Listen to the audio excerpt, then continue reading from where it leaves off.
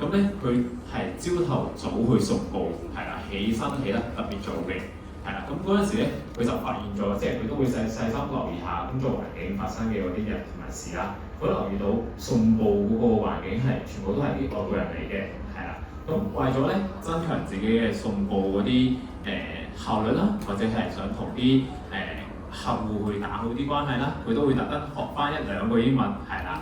佢都會 show 嗰陣時傾偈嘅時候都會 show 翻出嚟俾我哋知嘅，係啦。例如 Good morning 啊咁樣，係啦。咁我記得有一次咧，佢就送咗好多報紙啦。平時佢送報紙都要行到嚟嘅，係啦。咁咧突然之間咧，透過佢同啲客戶咧講多咗，打多個招呼咧，同個客戶熟咗。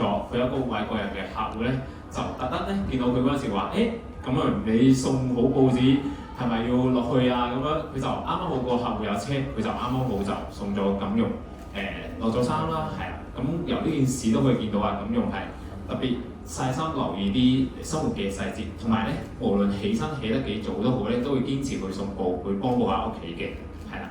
好，唔該晒，俾啲掌聲好唔好啊？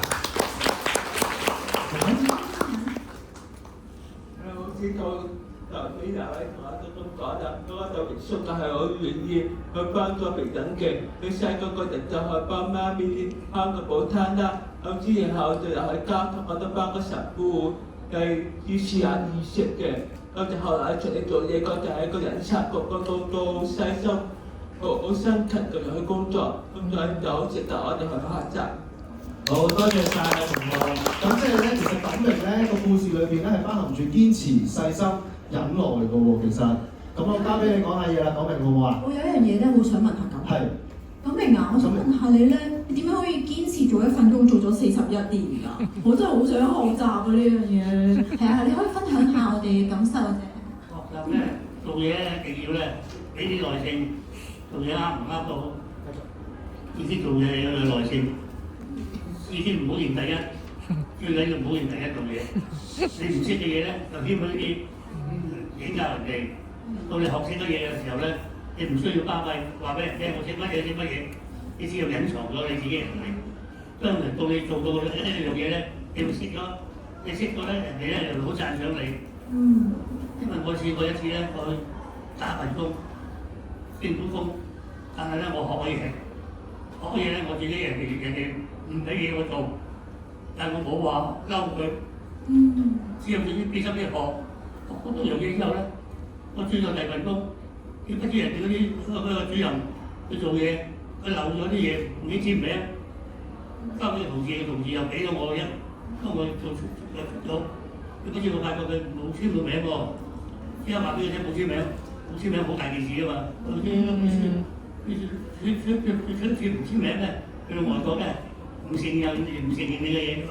啱啱佢話咯，你點解你會識啲嘢嘅？你唔係做呢啲嘅喎，因為我幫佢讀對數啊嘛，一對數由頭對到尾，其實對數咧好難對嘅，但係我後尾我學識咗點樣對，一段英文嘅時候，一頭到尾，一段字你唔係話個個字去對嘅，到尾頭一段中間你睇中間行字有16個字，你對咗16個字，要好仔細係嘛？係啊，有一點法，咁你又清楚，咁你又冇錯有冇錯，佢唔記得簽名，唔記得簽名好大件事。話俾你聽，佢話：李生，點解你做埋嘅？因為佢俾份稿我啊嘛，我幫佢印啊嘛，跟住發覺佢冇簽名啊嘛。咁多謝你嘅提醒，令到你可以學。俾啲掌聲係錦榮好唔好啊？多謝你分享啊，錦榮。另外，錦榮啊，你透過呢個活動啦，你有冇啲咩感受啊？同學仔嘅相處咧，或者可能呢個嘅計劃係啊。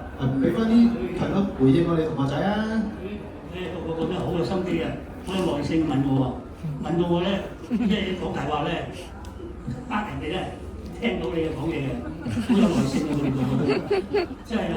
你都會俾人哋你嗰次捐血咧捐血係嘅，呢個可能一年攞一世先嘅。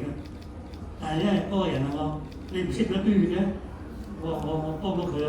你問我啱唔啱？我話叫我留低姓名，我唔需要留低啦。留低姓名冇用啦。